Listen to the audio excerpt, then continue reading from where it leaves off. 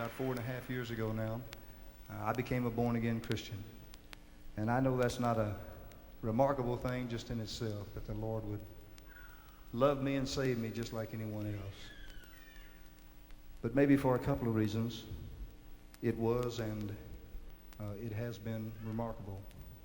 One of those reasons is that I'm a well-known person. I'm not as well-known as I'd like to be, but I'm working on it. And the other reason is that I had been a drug addict for a long time. I was living out in California. It was around Christmas time, and I can't remember if Gloria called me or if I called her, but we were on the telephone talking together, and she sounded really like she felt good, sounded like she was happy. And I said, and it kind of upset me because I didn't want her to feel good without me. And I said, well, you sound like you feel great. And she said, well, I do. And I said, well, tell me about it because I really could use something. And she said, well, B, something has happened here. And I'm not going to tell you about it on the telephone. But if you'll come home, there's help for you here. And I said, well, I'm not coming home. 2 days later, I was home. Because they had become born-again Christians, and they and a church full of people were praying for me, and I didn't really stand a chance at that point.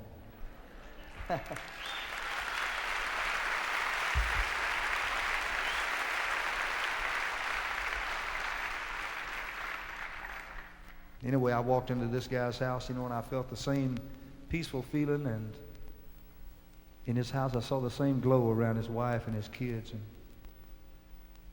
and it just something started telling me in my mind that I was going to find my way out. Well, he finally got home, Jim did, about 11:30 that night. And by the time he got there, I want to tell you, I was really ready to hear what he had to say. And so he started telling me about the Lord and telling me about Jesus. And I said, well, I just have to say, I believe I know why you're telling me all this is because you want me to quit taking drugs. And man, I just can't do that. And he said, well, you don't have to.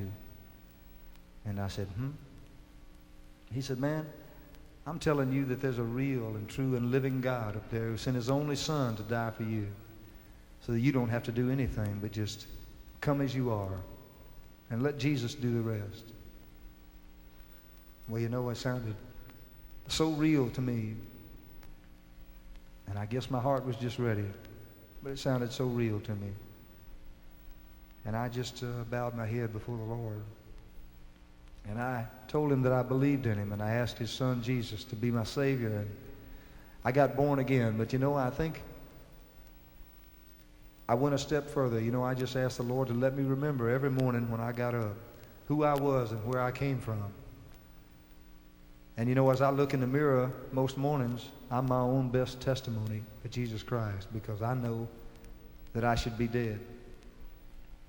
I had tried so many different things. I'd been to the psychiatrist, man. I spent the summer by the lake. I've been locked up.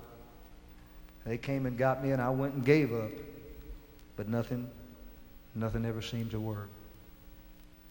As I stand before you, I am an example of what Jesus Christ and his grace can do in an impossible situation, in a hopeless situation.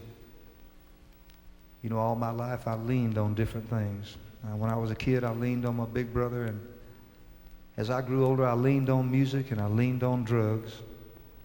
But I want you to know that it wasn't until I leaned on Jesus Christ that I found my way back home.